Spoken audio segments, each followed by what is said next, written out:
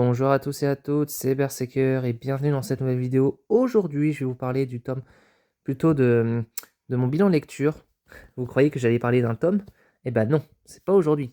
Et du coup, pour commencer ce bilan lecture, parce que je vous montre la première série qu'on va présenter, je vous remercie pour l'attention que vous avez sur mes vidéos depuis ces derniers temps. Je trouve super sympa. Et avant de commencer, le bilan lecture sera composé de quelques séries, donc ne vous en faites pas, je vais vous les filmer comme ceci. La première série que je vais vous présenter, c'est Solo Leveling. Alors Solo Leveling, c'est un manhwa que j'ai lu, que j'ai découvert en animé au mois de décembre 2024, mais que j'ai lu en janvier 2025, les 5 premiers tomes. Avec la saison 2 qui arrive, il y a une hype autour de Solo Leveling. J'aime énormément cette série. On trouve un protagoniste principal qui, en gros, au début, a comme pour objectif d'être chasseur pour sauver sa mère qui est dans un coma et payer l'école de sa sœur. Mais au fur et à mesure, il s'en rend compte qu'il est faible, qu'il est rang E et qu'il se fait défoncer. À un moment donné, il rentre dans un double donjon, il comprend un peu les principes de ce double donjon, il aide les autres chasseurs à réussir à s'en sortir, sauf qu'il y en a qui ont été sacrifiés. Et en fait, il se sacrifie à la fin pour les aider, et du coup, à ce moment-là, il a un double éveil. Ça veut dire qu'il reçoit un double éveil qui fait que le système veut absolument l'aider à progresser et à augmenter des niveaux. Du coup, c'est un chasseur qui ne montrera pas de rang, mais augmentera des niveaux. Je trouve que Solo Leveling est excellent à lire. Il y a tellement de choses à lire. En plus, les pages sont en couleur, c'est assez rapide. Je crois que le prix, c'est 15 €, mais pour 250 pages ou 270. Donc, je trouve ça excellent. Je trouve aussi que c'est un réseau d'informations exceptionnel. On a énormément de choses sur les chasseurs, on a énormément de choses sur les donjons, on a sur les objets, sur les quêtes, sur le renforcement musculaire, tout ça. Et aussi sur le dépassement de soi. Le fait qu'on est en groupe de 5, on peut toujours aussi se dépasser. Mais l'inconvénient aussi, c'est d'être dans un groupe qu'on ne connaît pas trop, parce qu'il y en a qui trahissent en voulant tuer leur coéquipier. Ce qui s'est passé dans un double donjon où Jinwoo devait vraiment se battre pour éviter de se faire tuer par le groupe de gars qui ont voulu. Et du coup, ils étaient à deux pour essayer d'éviter de se faire tuer. Et en fait, à ce moment-là, Jinwoo était totalement déterminé à leur rendre leur monnaie de la pièce, qui fait qu'ils ont mis en colère un chasseur de rang un peu plus élevé. Et du coup, voilà pour tout ce qui est sur Solo Leveling. Je vous le conseille totalement, parce que c'est une excellente série. Les tomes sont cool, colorés. Vous aurez sûrement quelques petites photos sur le côté. J'essaierai de vous les combler. Voilà. Donc je vais vous montrer les tomes. Un par un quand même. Voici. Et le dernier tome. Et voilà. Donc la prochaine vidéo que je vais vous prochaine plutôt série, excusez-moi, que je vais vous présenter, c'est du Chainsaw Man écrit par Tatsuki Fujimoto. Donc Chainsaw Man, j'ai lu l'intégrale, donc c'est-à-dire les 18 tomes. Je vais vous présenter d'abord la saga numéro 1 qui s'appelle la sécurité publique. Donc dans cette saga, Denji devait payer des dettes que son père avait délaissées. En gros, son père est mort et du coup, il devait payer des dettes. Et en fait, il devait rendre des comptes à des Yakuza. À un moment donné, on a Denji qui en fait, se fait emmener par des Yakuza, et en fait, les Yakuza veulent sa mort. Ça veut dire qu'en gros, ils veulent que Denji meure par rapport au fait que les dettes n'ont pas été payées, tout ça. Il vit dans la misère, il travaillait en tant que, on va dire que en tant que exécuteur de la fonction publique, mais indirectement. Et à un moment, on rencontre une fille qui s'appelle Makima, qui va aider Denji à bien évidemment payer ses dettes, tout ça. Dans cette saga numéro 1, j'ai trouvé très cool, en fait, c'est le personnage de Makima qui est très sournoise, quelqu'un qui, en fait, a la relation d'un homme comme un chien, en fait. C'est-à-dire qu'il prend l'homme comme un chien, en fait. Et à ce moment-là, on s'en rend compte que Denji, en fait, doit se méfier de cette personne, mais comme elle veut aussi résoudre les désirs de Denji, d'abord, Denji l'admire par rapport au fait que, grâce à elle, il va pouvoir résoudre ses désirs, comme rencontrer des femmes, faire des choses avec, etc. Mais au fur et à mesure, en fait, tout ce que Denji construit, Makima va essayer de les détruire. Et ça, on le sait vraiment dans le tome 10. Alors qu'avant, il essaye de faire son job au fur et à mesure. Il rencontre une fille qui s'appelle Raze. Bon, il s'est fait berner par elle. Et tout simplement, la puissance de philosophique de Chainsaw Man est impressionnante. On s'en rend compte, mais les tomes sont poignants. On arrive à avoir de l'émotion même pour Power. Pour Himeno, j'aime beaucoup. Kobeni, c'est Kobeni la fille. Euh, donc elle, c'est Himeno. On a aussi Aki. Aki, excellent mentor pour Denji et Power. Je le considère vraiment comme le grand frère de Denji Power. Du coup, l'homme katana. Raise. Là, c'est les assassins internationaux. Très bon arc aussi. Et du coup, ensuite, on a aussi la mort de Aki. Oui, c'est impressionnant. Je ne vais pas en dire plus non plus. Et le tome numéro 10, la claque que je me suis pris quand j'ai vu que, en gros, Makima commençait à mettre un ultimatum pour Denji. On remarque quand même que Makima lui a mis une pression, lui a dit voilà, tout ce que tu créeras, je te les détruirai, que ce soit ta famille, tes amis, absolument, je deviendrai à la fois l'architecte et la destructrice, j'en profiterai pour faire tout ce que je veux. Et du coup, elle essayait de mettre une domination, vu le nom de son démon qu'on apprendra un peu plus tard. Et en fait, à ce moment-là, elle veut inciter la peur dans les yeux de Denji en disant que je suis là et que Denji, faut que tu aies peur de ma personne parce que j'admire Chainsaw Man, mais pas la personne que tu es. Et c'est pour ça que, en gros, ce que Makima désirait, c'était avoir Chainsaw Man, être Chainsaw Man. Elle désirait, c'est accueillir Chainsaw Man et non le personnage de Denji, qui fait qu'elle devient un personnage sombre avec des objectifs qu'au début on s'en rend compte, pas forcément, mais au fur et à mesure on voit qu'elle joue un peu un jeu avec Denji. Et le dernier tome, c'est là où Denji commence à mûrir et commence à se dire que voilà, il faut pas qu'il se fasse manipuler, que en gros il doit prendre sa vie dans ses mains et que en fait il doit passer de l'autre côté du miroir, ça veut dire dans le côté où c'est lui qui doit entreprendre sa vie. En fait, il doit pas devenir le spectateur de sa vie, mais l'acteur de sa vie. Et c'est ce qu'il a compris dans ce tome 11 où absolument il a fait des trucs incroyables. Et la fin de cette saga clôt l'histoire avec Makima et bien évidemment avec les autres personnages de cette saga 1, parce que la saga 2 est un peu différente, voire un peu spéciale, mais très cool. On va parler ensuite de cette saga numéro 2 qui s'appelle la saga de l'Académie. Donc en fait c'est une saga où tout simplement nous avons un nouveau personnage qui s'appelle Asa. Et en fait elle est contrôlée par un semi-démon. En fait elle est mi-démon, mi-humain. Donc en gros le mi-démon, mi-humain, donc Asa et Yoru font un peu... En fait, ils sont un peu synchro, on va dire que... Non, c'est pas dans ce tome-là que vous avez un synopsis. C'est dans celui-là. Attendez, je vous le montre. Voilà. Nous avons Asa Mitaka et Yoru qui est le démon guerre, c'est ça. Et du coup, au fur et à mesure, en fait, la sécurité publique... En fait, ils ont un peu un atelier sécurité publique dans leur bahut. Et en fait, Chainsaw Man, donc Denji, qui revient dans le tome 12, et qui doit absolument pas avouer ses secrets comme quoi c'est lui le Chainsaw Man. Sauf que là, il va au bahut et en fait il rencontre une fille qui s'appelle Asa qui n'aime pas trop Chainsaw Man et en fait qui lui dit vraiment que c'est lui Chainsaw Man. Et à ce moment-là, on a le mec qui était dans la première saga avec lui qui disait bah non, faut pas que tu dises ça, Denji. Le tome 14, j'ai beaucoup aimé parce que c'est le tome avec l'aquarium. Je trouve que Asa a très bien géré face au démon. Le tome 15, c'est avec le démon chute. Et du coup, on rencontre aussi le démon famine, il me semble, dans le tome 14. Attendez, je vous... Voilà, démon famine qui s'appelle Kiga. Et du coup, dans le tome 15, on est face au démon chute. Dans le tome 16, on commence à voir les adeptes de Chainsaw Man, tout simplement par le fait qu'il y en a qui supportent Chainsaw Man et qui veulent absolument que Chainsaw Man règne dans ce monde, et il y en a d'autres qui le détestent.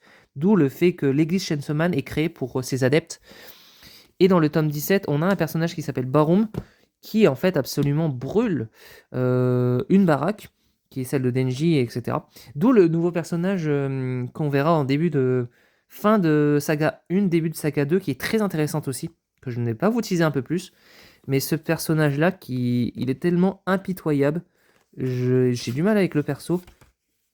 Barum, ouais, Barum. Et du coup, on part un peu loin, et dans le tome 18, en gros, ils ont réussi à piéger Denji, qui fait qu'il était coincé dans un sort de laboratoire pour sécurité publique. J'aime énormément Chainsaw Man, je vous le conseille de lire, de regarder, faites ce que vous voulez, mais je vous conseille cette série. Elle est exceptionnelle, et le collector, je le trouve super beau. avec le fait que ça soit un peu rouge, rouge-noir. Franchement, c'est génial. La prochaine série que je vais vous parler, c'est Les Carnets de l'apothicaire. Alors, le truc, c'est que je ne veux pas vous en parler plus de 3 minutes.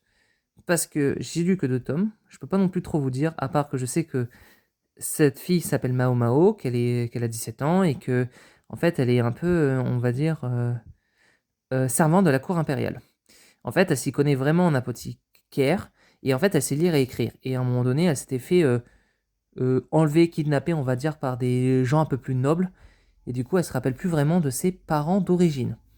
Je peux vous dire que Mao Mao s'est fait a été très intéressé par du coup un homme est très intéressé par elle, par ses compétences à lire et écrire, et du coup qui lui ont mis en tant que rôle de goûteuse. J'aime énormément les carnets de l'apothicaire. Bon, j'aime bien, hein, je vais pas dire que j'aime énormément, par le fait que c'est un réseau d'informations assez cool. Après, je veux juste le voir en animé parce que le manga est assez complexe. Il y a des moments, des fois, le dessin est bien réussi, mais des fois, il y a des moments où on a du mal à comprendre des scènes, qui fait qu'il faut les relire 2 fois. Et c'est très sympa, hein, je ne vous le dis pas le contraire, mais le fait que j'ai un peu de mal sur certaines scènes qui fait que je galère un peu. Je le trouve pas nul, je le trouve pas excellent, mais je le trouve moyen en fait. C'est un bon manga qui vaut le coup, mais je préfère relire et voir l'anime par rapport à certaines scènes pour me dire que je le kiffe, que je le mets dans mon top 10 quoi. Pour le moment, je pense que je le mettrai entre 20 et 30 quoi en top. Parce que certes, il y a des bonnes informations, c'est un bon seinen, mais c'est assez complexe. Et quelqu'un qui débute dans le manga, je le conseillerais pas les carnets de l'apothicaire en premier. Sur le fait que ça soit assez complexe. Voilà. Mais sinon, non, bonne surprise. Bonne surprise, même si c'est pas non plus mon préféré. C'est pas mal, franchement, c'est bien.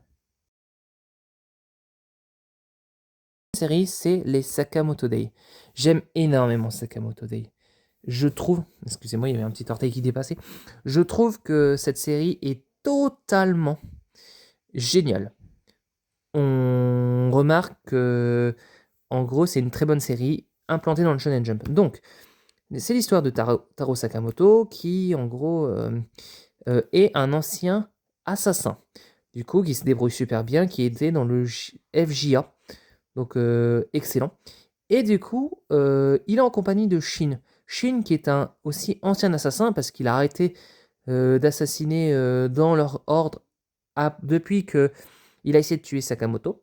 Et ben en fait, il est télépathe assassin. Et en fait, les deux ont comme éthique de ne pas tuer les assassins et de les laisser en vie, mais juste de les neutraliser. Donc à un moment donné, on rencontre aussi le personnage de Lou, qui est une excellente chinoise ex-mafieuse qui a comme objectif d'être très fort en arts martiaux, et du coup si elle boit plus d'alcool, en fait c'est une Rockly Kaido, elle boit de l'alcool, en fait elle devient très puissante. Et en fait ce trio je l'aime énormément. Donc Shin-Lu et Sakamoto, c'est des excellents personnages. Donc là c'était l'arc du parc d'attractions où en gros ils devaient empêcher que des assassins essayent de tuer Sakamoto. Parce que Sakamoto a une prime d'1 milliard sur sa tête qui fait que en fait il est recherché partout. Le tome numéro 3 avec Eisuke, j'ai beaucoup aimé aussi. Je trouve que c'est un très bon personnage qu'on verra un peu plus tard dans l'animé. Là, on commence avec le flashback, on va dire, du laboratoire, où en fait, on a Shin qui, en gros, je pense qu'il a été un peu testé à l'époque pour la télépathie. Et du coup, on a son flashback avec Shin. Dans le tome numéro 5, Osaragi. Osaragi, très sympa. C'est l'une des membres de l'ordre avec Shishiba et avec Nagumo. C'est vraiment des personnages qui, en fait, est là juste pour rééquilibrer la FJA. Et du coup, dans le tome 6, à partir du tome 5, on a les condamnés à mort qui veulent essayer de tuer Sakamoto et toute la liste noire qu'ils ont. Donc Sakamoto, Nagumo, Lou, Shin, Orasagi. Et dans le tome 6, c'est à ce moment-là que Lou dévoile qu'elle peut boire de l'alcool à brûler et qu'elle peut défoncer tout le monde. Stylé. Nagumo, j'aime énormément, on le voit au début, mais il est exceptionnel. Dans le tome 7, franchement, excellent tome aussi. Le tome 8, où on a vraiment... je crois que c'est les examens d'entrée pour entrer dans l'académie des assassins. Et du coup, on avait du coup notre ami Shin et du coup Sakamoto qui sont en train de participer. Shin a réussi, Sakamoto a été recalé parce qu'il avait une prime sur la tête et du coup il est devenu prof, entre guillemets. Mais juste pour, en gros, recueillir des informations sur l'ordre. Parce qu'ils ont rencontré un antagoniste, mais un ancien de leurs collègues, qui est devenu un antagoniste. À peu près. Et le tome 9, non, franchement, très cool. Je vous conseille Sakamoto Day. On a une pique d'humour suivie d'un pic un peu, on va dire, d'action. Franchement, les combats sont magnifiques, les actions sont trop cool. On sent bien, en fait, quand on lit Sakamoto Day. On a franchement beaucoup de choses. Les combats sont stylés. On a Lou, on a Shin, on a Sakamoto. En fait, c'est plutôt des combats en équipe souvent, mais des combats en individuel, on en a pas mal aussi. Et j'aime énormément Sakamoto Day. Je vous le conseille et le recueil. Bah, plutôt, je vous le conseille. J'ai lu ensuite les tomes 5 à 8 de Blue Box. Blue Box, excellente romance. Comment je vais vous le résumer? Donc, Blue Box, c'est une histoire où, en gros, nous avons deux filles et un garçon. Donc, Taiki, qui est le mec, Shinatsu et Ina, qui sont les deux filles. Shinatsu, fan de basket, qui fait du basket. Ina, c'est la gymnastique rythmique, on va dire, gymnastique. Et notre ami Taiki, c'est le badminton. Taiki, un jour, rentre dans le, on va dire, au collège, donc dans le gymnase, et en fait rencontre Shinatsu, et il a eu un crush direct pour elle. Et donc en fait, dans ce tome-là, à un moment donné, on a Ina qui déclare ses sentiments vers Taiki, et du coup, à ce moment-là, Taiki, en fait, ne sait pas quoi lui répondre, parce qu'il est amoureux de Shinatsu, sauf que Shinatsu se consacrait plus au basket. À un moment donné, au fur et à mesure, nous avons le festival de l'école, du coup, du lycée, donc l'été, d'où avec Shinatsu et avec Ina. J'ai beaucoup aimé, c'est la relation un peu, on va dire, Taiki-Shinatsu, parce que Shinatsu se dévoile un peu plus dans cet arc, même si elle est un peu longue, en fait, elle se dévoile. Elle remarque que Ina, en fait, veut absolument avoir Taiki. Et du coup, elle commence à bien l'aimer. Du coup, le fait même que pour son anniversaire, Taiki invite Shinatsu à la plage. Non, franchement, c'était génial. Et ouais, c'est bien ça. Et ensuite, on a Ina qui prépare à devenir le rôle de Blanche-Neige. Du coup, Taiki devait rester derrière les caméras. Pas du coup derrière les caméras, mais pour bien évidemment préparer la pièce. Sauf que tout à coup, petit léger contretemps qui fait que Taiki devait absolument jouer la pièce. Et du coup, à un moment donné, il devait faire un petit baiser, sauf que le baiser, ils l'ont pas forcément fait. Et en fait, il y avait une boule qui est tombée, et du coup, les deux, Taiki a protégé Shinatsu sans qu'il y ait eu de bisous. Et dans le tome numéro 8, que j'ai beaucoup aimé, parce que oui, c'est sur Netflix, ça a commencé en octobre 2024, nous avons Shinatsu qui a commencé à s'en rendre compte, le moment de la scène où Taiki et Ina ont failli s'embrasser, que en fait, elle était amoureuse de Taiki, mais qu'elle l'avouait pas. Et donc à ce moment-là, elle voit sa pote Karen et en fait elle lui explique, elle commence un peu à se confier. Et Karen lui dit que si tu lui laisses un peu trop faire, en fait si tu le laisses un peu, si tu n'agis pas, Taiki va être avec Ina et du coup tu n'auras plus ta chance avec lui. Du coup il faut que tu agisses et que tu fasses en sorte de sortir avec en restant calme, en restant la fille mature et sans non plus trop aller à fond. Et en fait, ce que j'ai beaucoup aimé dans Blue Box, c'est le fait que nous avons deux personnages totalement différents d'Ina et de Shinatsu. Ina, la fille super extravertie, qui va partout, etc. Et Shinatsu, qui est la fille totalement, on va dire, introvertie. Elle a du mal à aller vers Taiki, même si elle l'aime bien, elle est un peu introvertie envers lui. C'est qu'elle a un peu du mal. Et du coup, je vous conseille cette romance, c'est vraiment très cool à expliquer. Et on va finir avec la dernière série. La dernière série que je vais vous présenter, c'est Jujutsu Kaisen. JJK pour les intimes. Et donc, comment vous résumer alors que j'en ai lu 21 ce mois-ci? Eh ben, Jujutsu Kaisen est un shonen de Kiki Akutami où nous allons parler du personnage de Yuji Tadori. Et donc, Yuji est un exorciste de rang 3, il me semble. En fait, ça n'a pas trop été déterminé, et sauf que c'est la relique de Sukuna. Dans la saison 1, ce que j'ai beaucoup aimé, c'est le fait que en fait, nous découvrons Yuji, mais nous découvrons aussi Satoru Gojo, qui est en fait l'exorciste le plus broken de sa génération. En gros, il en a même défoncé un ou deux classes S, entre guillemets. Et du coup, dans ce tome-là, dans les premiers tomes, c'est un peu l'introduction. Nous avons quand même pas mal de choses, comme par exemple Chozo qui... Non, pas Chozo, excusez-moi. Jogo qui attaque notre ami Gojo. Nous avons aussi le tournoi avec Kyoto contre Tokyo, où les membres de Kyoto veulent essayer de tuer Yuji. Nous avons aussi, bien évidemment, Maito, Parce que le fait que dans le tome 4, il essayait de tuer Yuji, bah plutôt il essayait quoi. Et du coup, en gros, il manipulait Junpei pour essayer d'avoir Yuji. C'est très sympa. Et le tome 7 avec l'instinct guerre et du coup le fait que Nobara et Yuji ont éliminé deux fœtus. Et du coup, ça faisait que Chozo s'était énervé à la fin. Voilà pour la première partie. Ensuite, la deuxième saison, donc là où on a deux arcs. On a d'abord la mort prématurée, donc les trésors cachés, où en fait Gojo et Geto, donc on revient 15-16 ans en arrière, où Gojo et Geto sont au lycée, et du coup ils doivent protéger le plasma stellaire au prix pour l'emmener voir Tengen. Donc en fait ils doivent faire attention pour pas que le plasma stellaire, excusez-moi j'arrive plus à parler, se fasse tuer par Toji Zenin, qui est un gars absolument fort. Et du coup, ils doivent protéger notre ami Rika, qui est Non, même pas Rika. Oh là là, je whippine tout. Notre ami Plasma Stellaire. Et du coup, en 2 tomes, le trésor caché se réalise. Et ensuite, on va passer vraiment à l'arc le plus stylé, le drame de Shibuya. Donc, comment vous expliquer sans vraiment non plus tous vos spoils. Donc, le drame de Shibuya est un arc en 6 tomes où en fait, une top dans les exorcistes a révélé plutôt des informations envers notre comment dire, envers les fléaux, par exemple Chozo, Jogo, Maito, Geto. Et du coup, en fait, cette top, pardon, c'est Mekamaru. Et du coup, en gros, c'est juste en échange parce qu'il voulait se soigner. Et du coup, Maito l'a soigné avec un sort d'inversion qui fait que Mekamaru a affronté Maito et qu'il a perdu. Et du coup, ça fait que Maito et tout ça ont comme objectif, comme ça a été dit dans la saison 1 ou dans les premiers tomes, de sceller Satoru Gojo le 31, bien évidemment, octobre à Shibuya. Et du coup, c'est ce qu'ils vont faire. Et du coup, dans Shibuya, il y a des combats classe, il y a carrément les scènes bien reproductives des métros, on a Nanami qui défonce pas mal de gens, on a même... Oups. On a même, franchement, Maito contre Yuji à la fin.